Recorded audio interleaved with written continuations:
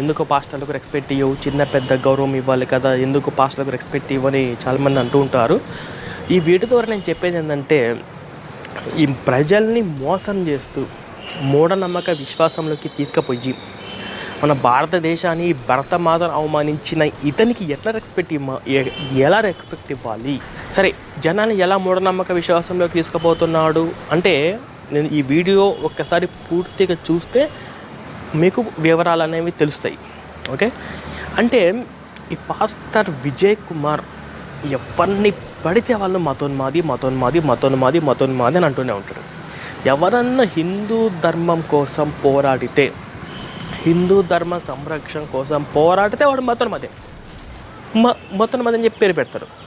అసలు ఈయన దృష్టిలో నిజమైన వ్యక్తి ఎవరు ఈయన దృష్టిలో మంచి వ్యక్తి? కేవలము సువార్త ప్రకటించే వాళ్ళు, యేసుక్రీస్తుని అనుసరించే వాళ్ళు